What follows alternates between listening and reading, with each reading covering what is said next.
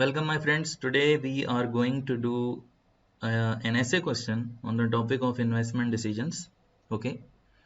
So, as you know very well, that the single essay question can contain requirements from different sections of your syllabus. Like in this question, you will find requirements from investment decisions as well as corporate finance.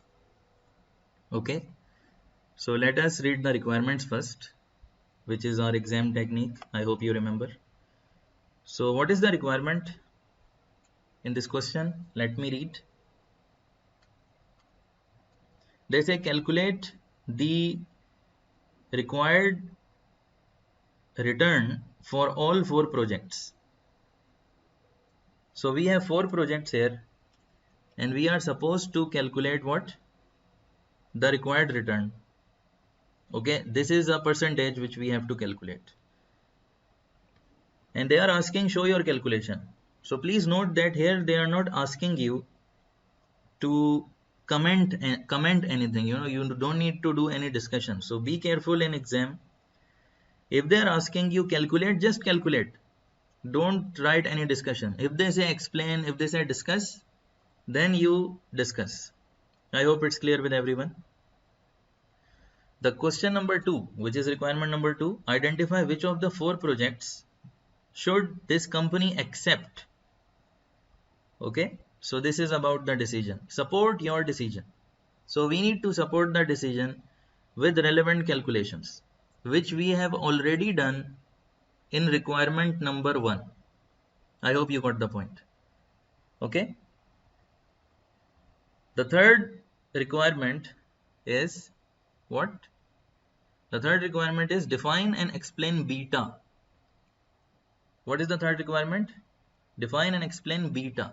As I said, this requirement is coming from corporate finance area, but I will explain you here, and later on in corporate finance we will discuss in further detail. 4. Describe 4 factors that would impact the beta value. So we need to see what will impact the beta value. Okay, that is chosen for use in evaluating a project. 5. Identify alternative approaches to dealing with risk in capital budgeting. So we need to talk about different approaches, how we can deal with risk in capital budgeting. Okay. I hope all of you know what is the difference between capital expenditure and revenue expenditure. Capital expenditure is when you purchase property, plant and equipment, right? You construct a building, a bridge, a stadium, whatever is a project, right? What is a revenue expenditure? The day-to-day expenses, repairs and maintenance, fuel for the car, utility bills, all these are revenue expenditures. Why they are called revenue expenditure? Because you net off these expenditures in the income statement against the revenue. Okay, my friends. So that is why they are called revenue expenditure. And the capital expenditure, where we write? We write in the balance sheet. We write in the balance sheet in the assets. That's why they are called capital expenditures. Okay. So this section is basically all about capital budgeting. That when you are trying to do different projects, you are trying to do some investments. So that's called basically capital budgeting. Okay, we need to budget for the amount, how much will be used in a particular project, how much will be used in a particular investment opportunity, like that. Okay, let us see the scenario. As I said, when you have an essay question in exam, 2 essay questions you have. So first you will read all the requirements, always.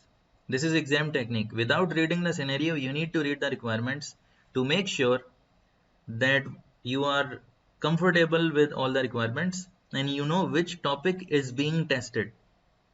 So once you have read all the requirements, you can easily solve them, and you know that I have 30 minutes to solve one essay and you can quickly complete these requirements. Okay, so you know which I know, which I don't know, how much time to spend on which requirement, like that. Okay, like definitely if I talk about requirement number 3, maybe you will need only 1 minute for this one. But if I talk about requirement number 1, you need more minutes for this, right? Very nice. So my friends, the scenario, the industries, G Industries is currently in the process of reviewing capital budget submissions from its various divisions. Okay.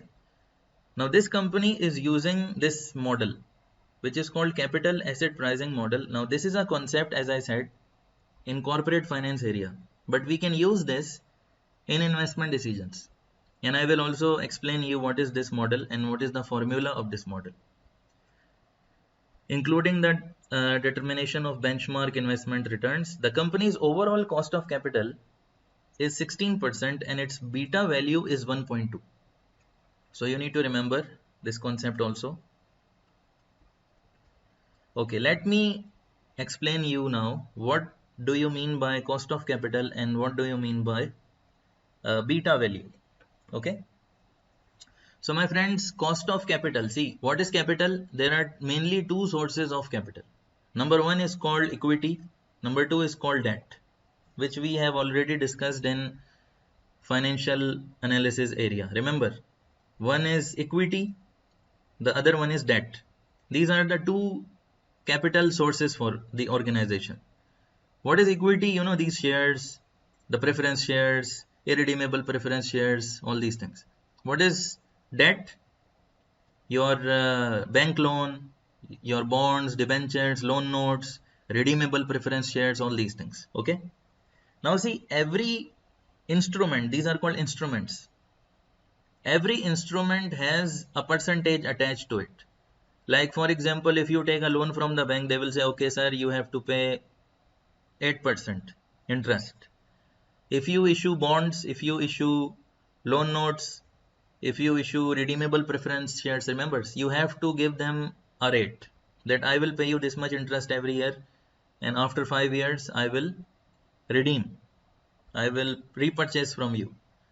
So all these instruments you will keep in line and you will see their percentages and how much is their component. I mean how much amount, I mean how much weight they have in your overall capital structure. Getting it? So for example, if equity is 60% of your capital structure and debt is 40%, so more weight will go to the equity return and less weight will go to the debt return. Accordingly, there will be an answer which will come, which is called weighted average cost of capital, and that is discussed in corporate finance area, not here.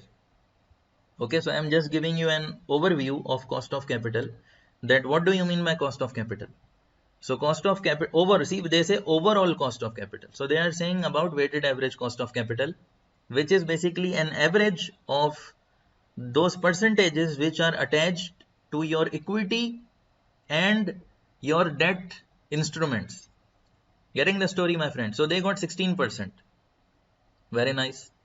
Now they say the beta value is 1.2. Now what is this beta? Beta is a measure of risk. Beta is what? Is a measure of risk. Now, in simple terms, I will explain you what is beta. If I say you the beta value is 1, okay, exactly 1, it means that, let's take an example of a share in the stock exchange. Okay, you are purchasing a share in the stock market and during the month, the stock market has increased 10%. Okay. Now, your share price has also increased 10%. Getting it? It means the beta value of this share is 1 because it is exactly moving in line with the stock market. Okay. Now take another example. The stock market has moved 10%, but your share value has increased by 20%. Getting it? Okay. Or your share price has reduced by 20%, opposite. Now the beta value will change accordingly. So it will not be 1, either it will be more than 1 or it will be less than 1. Getting it? Now question for you. You can write in the chat box. Okay. The question is, 1.4, if you see this beta value 1.4 for project A, this project is more risky, or project C, which has a beta value of 0.7, this is more risky. Which project is more risky? Okay, some people are saying C, some people are saying 1.4 is more risky. So my friends, you need to remember, the more the beta value, the more risky it is. Getting it? The more the beta value, because it is a measure of risk, right? I say, okay, it is 1.4. And then I say, no, there is an investment opportunity 1.7. So you will say, no, 1.7 is more risky because it is moving in more proportion, as compared to the market. Anyways, I hope you got the point. So, again, it's all about how a particular stock or maybe any other instrument or project returns. They move according to the market. So the market is moving in a certain behavior, and how the project is moving, that will be shown by the beta. So because here they are not referring to any stock, they are referring to project, right? So I am talking about the project now. So if I say that the project B, if you see, the project B, it has the highest beta here, right? So I can say that project B is the most risky project. I hope you people got the point. And if I ask you which one of them is the least risky project, what you will say? The least risky project is C, because 0.7 only. I hope you got the point. Okay, but again, from the risk and return perspective, you people know very well that higher the return, higher the risk, higher the return, right? So we cannot say only on the basis of beta that which project we will invest in, because we need to take into account the corresponding return also. Getting it? So basically we have to make a balance between risk and return. I hope you got the point. We need to make a balance between risk and return. Like, I say you people go on skydiving. Okay, many of you may have done already. So those who go for skydiving, they are risk taker people. So they like to take risk. Now, I say, okay, you do skydiving from the aeroplane or this small aircraft which they use, right? So I think they don't go on much height. I mean, definitely there is a height, but okay, I say, okay, do skydiving from a rocket which goes to moon. From there you do skydiving, right? So can you do this? You will say, I will lose my life, right? Because in the other skydiving, you can at least have a chance that you can save your life. But if you do skydiving from moon, what will happen to you? You will be there somewhere in the galaxy, right? You may not return back because there is no gravity there. So I hope you got the point. I mean, the more the beta, the more the risk. The less the beta, the less the risk. Okay. Anyways, now let's see how to calculate the required return for all projects. And I hope you got the point. We have to use which method? We have to use capital asset pricing model, and the formula to calculate the required return I will write for you in the Excel sheet. What is the formula to calculate the required return? Okay. So we are doing question. This is the first question we are doing on investment decisions, and serial number is 2.3 of your IMA study support package. Okay.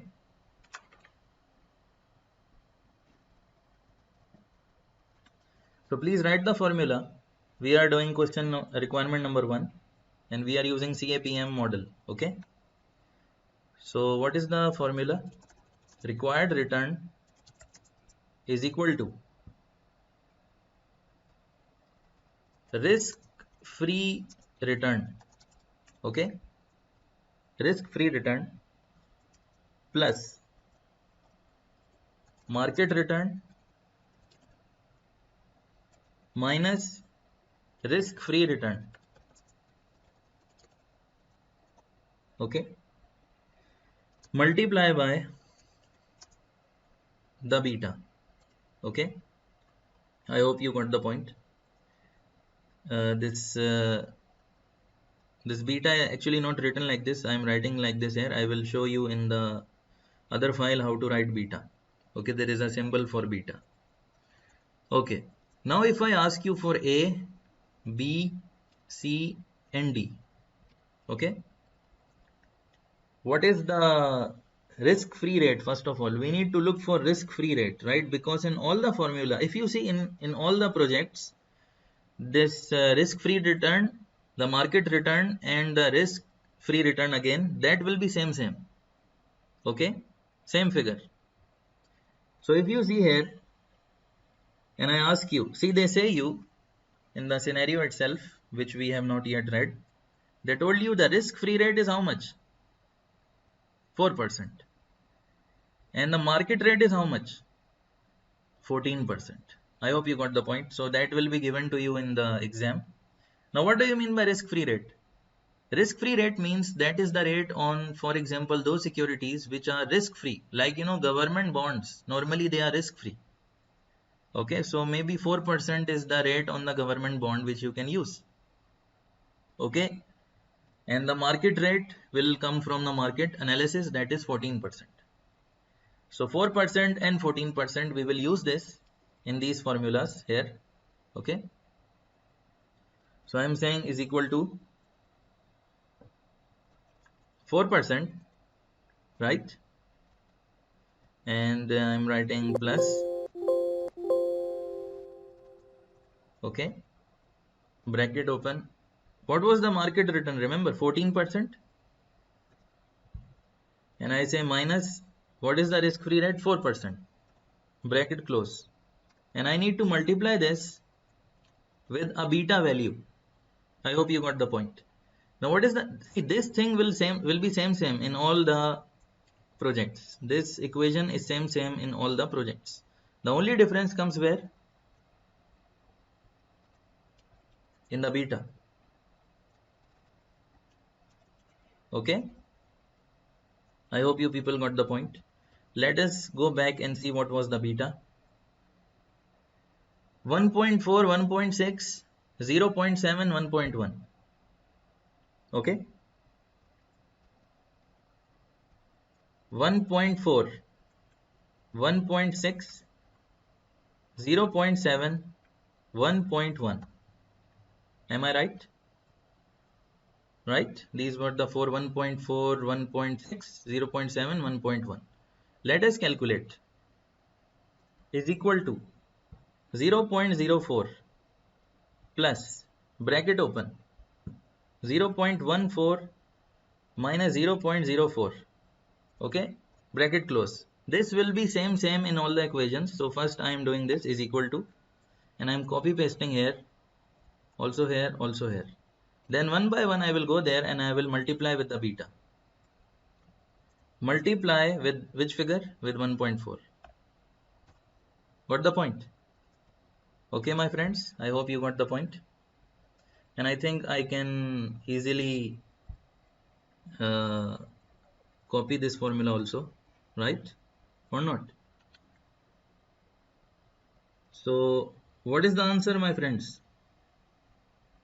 If I want to convert these figures into percentages, I will convert. Again, please note that the Excel sheet is not allowed in exam till now. The IMA is still using the notepad. Okay, maybe later on they will introduce Excel sheet also. But actually mostly they ask theoretical questions in essay questions with some of calculations. So that's why they don't have much requirement of Excel sheet. Okay, but for my class purpose, I am using Excel sheet to explain you and to save time. Okay, 18, 20, 11, 15. I hope you all got these answers, right? So this is the answer. These are the answers for our requirement number 1. Okay, my friends, these are the answers for requirement number 1. Again, remember they said please provide only calculations, so do nothing else. No need to write anything else. That what is CAPM model, what is beta, what is required. No need to write anything. Okay. Let us go back to see. Please write okay in the chat box if everything is okay till now. If any question you can ask me, you can unmute yourself and I will reply, no problem. Let us see what is question number 2. They said which of the 4 projects under construction should they accept? Yes, my friends. Which one of them they should accept? Okay. Now see, to know this, first of all, you have to write this internal rate of return also. Let me explain you what is this internal rate of return. Okay. To know, because here they are not asking you to evaluate. So I'm just writing here actually IRR also. This is called IRR in shortcut. Like net present value is called NPV in shortcut. So this is called IRR in shortcut, internal rate of return. Let us see how much was internal rate of return. 16, 18, 12 and 17. 16, 18, 12, 17. Okay. 16, 18, 12 and 17. Very nice. So my friends, now you need to compare these two figures actually. Okay, what is this? This is required return, RR. What is this? IRR. Okay, in simple terms, let me explain you IRR, because we have already done break-even point. Remember break-even point in decision analysis? What is break-even point? That is the point at which you make no profit, no loss. Similarly, in investment decisions, we have the concept called IRR. This is the point at which your NPV is 0. I mean, you make no profit, no loss. Again, same concept. This is the point at which your outflows, they equal the present value of inflows. Getting it, my friends? Now, this concept you will not understand now. This you will only understand when we do the working of NPV. Okay, then it will be clear to you. Right now, just remember that this is the point at which NPV is 0. It means this is a break-even point for you. Getting it, everyone?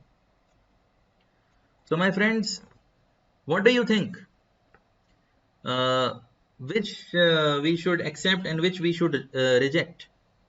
See, for project A, they say the IRR is 16% and the required return is 18%. Okay, as per the risk of the project. So see, you will not say that risk required return. This is the required return. Remember, this is not. This is not the return given by the investment. Okay, this is the required return. Please focus, huh? So you see, this figure is more than IRR. Getting it? So write a statement for your reference here. Okay, that when the rate increases, the NPV decreases. Getting it? Remember this, huh? So for example, if I say that the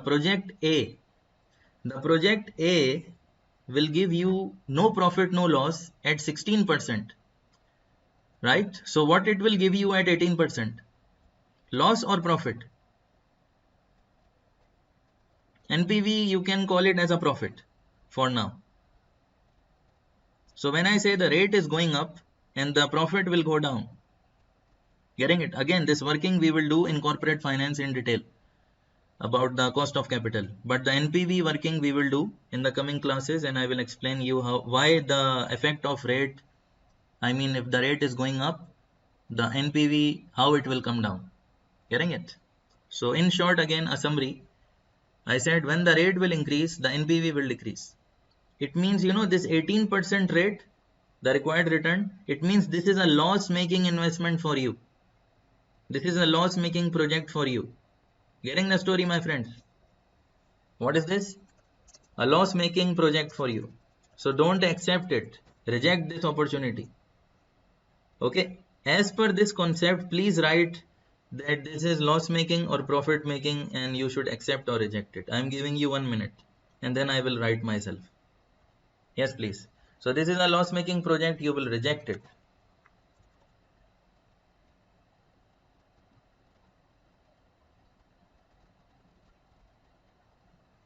Okay, what about the second one?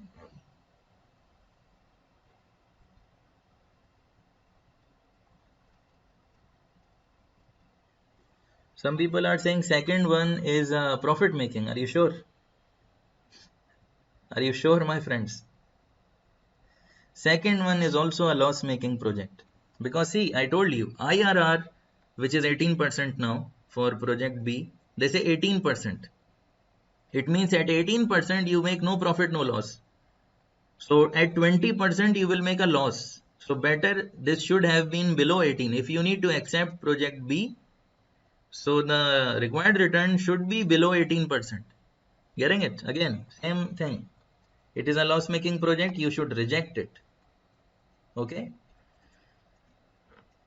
By the way, my friends, let me give you a little bit of an insight if you have missed it. Now see, all this is same or not? This is this same. This highlighted cell same, right? For every project. What is the difference only? The difference is here. I am highlighting this in yellow or red, sorry. Now see, what is the difference? The beta value, the risk. Which investment is having more risk? A and B are more risky investments.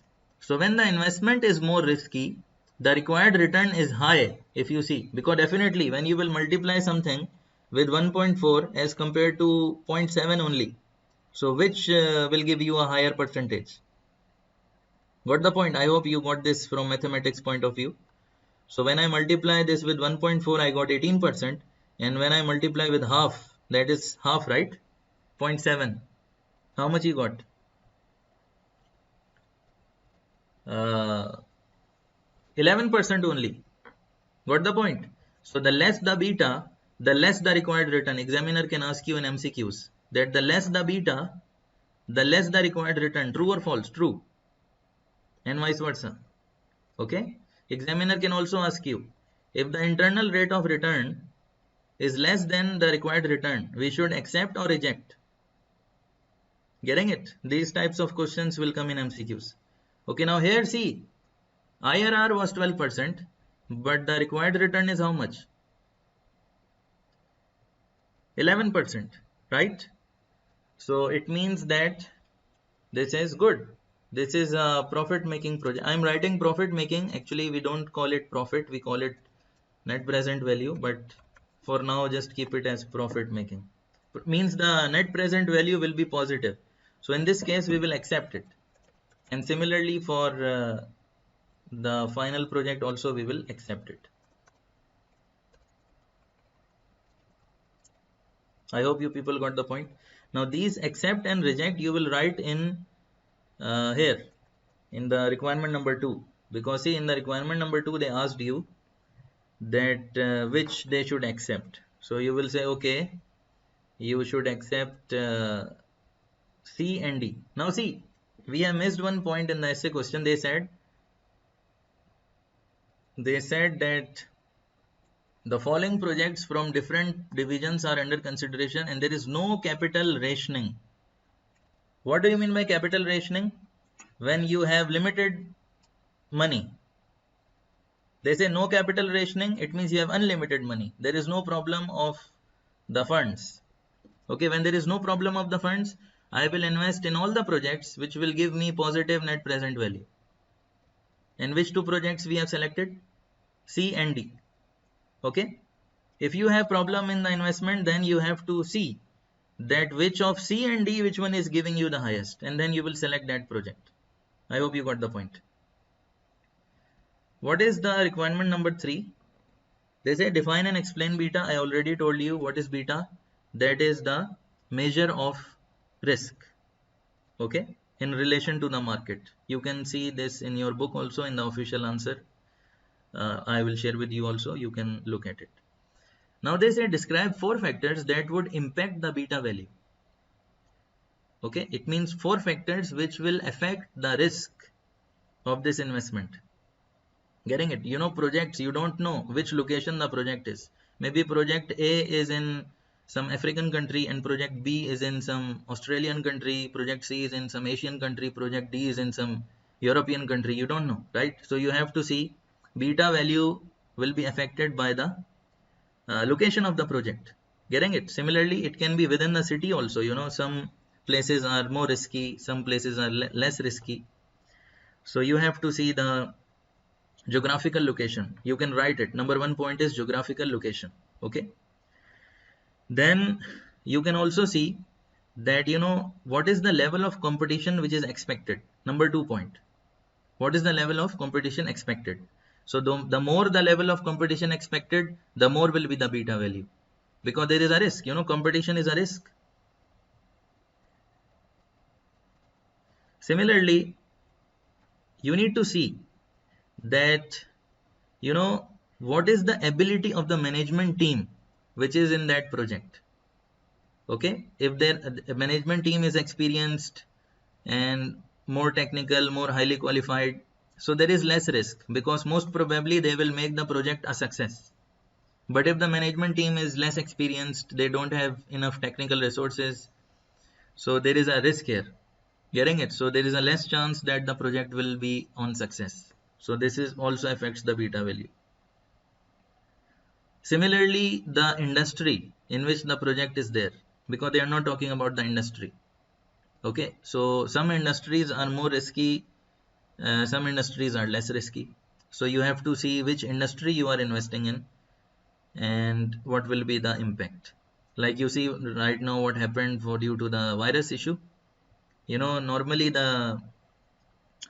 this hospitality industry, see, they are on boom, right? They were on boom, but due to the virus, see, no tourists. What happened to the industry? So again, you don't know what will happen. Okay, but if I give you example, see, technology industry, that is more risky. Why? Because every time there are new technological developments. So you have to see this also, that in which project the technology is of more you know, more value. I mean, requirement, the technological requirement is more in which project. So if the technological requirement is more in project A, more risky, like that. So these are some of the points you can discuss. They asked for only 4. We have discussed, I think, more than that. Okay, and finally there is a question: identify alternative approaches to dealing with risk in capital budgeting. Okay, for this thing I have taken an extract from your book also, and you can see that extract here in this second sheet of your file. Okay, now see, they have only asked you in the question identify, so you will only write their names. Please don't become over smart in exam. If they say identify, just write the names. If they say identify and explain, then only write a paragraph. I hope you got the point. Now see, how many they asked you? Alternative approaches. Now see, they have not mentioned how many. So it's up to you. You want to write 2, you want to write 4, like that. Because you just have to write the names. So as I said, we have one of them which is called NPV, which we will discuss in the coming classes. So that is the NPV, which you can see here in informal method, where the NPVs are calculated. Okay. Similarly, B option, which we have just done, we have calculated a rate which is risk adjusted rate. Remember how we just have adjusted the risk in the rate by beta value. Okay. Now, if you see there, they have written simulation analysis, certainty, equivalent adjustments. Okay, some points are there which are not explained in detail. If you want, you can look at them later on. You can Google them. But overall, you need to remember maybe 3 or 4. And you can see this method, which is sensitivity analysis, which you know very well. What is sensitivity analysis? Remember, when, for example, you make flexible budget. Remember, I told you, when you make a flexible budget at a planning stage. So that is a sensitivity analysis, because at that time you take different uh, figures. Remember how we make a flexible budget. You take different base, the actual volume will be. So you say, okay, what if I will sell 15,000? What if I sell 20,000? What if I sell 13,000? This is called sensitivity analysis. Similarly, in net present value, when we will also do, so we will use different rates. What if the return is 15%? What if the return is 20%? So what will be the impact on net present value? Getting it? Like that. So this is called sensitivity analysis. Similarly, scenario analysis, that what will this investment give us in different economic situations. So you can say, okay, if the economy is in boom, what will happen? If the economy is in distress, what will happen? Like that. Okay, so you can read through them. These are some of the methods which you can use in answering such type of a question. Only theory is there. There is no calculation for like this one. Certainty equivalent, there is no calculation. Simulation you don't have to do. Monte Carlo you don't have to do. Okay, they're just you can read through them. And that is the end of this question on investment decisions.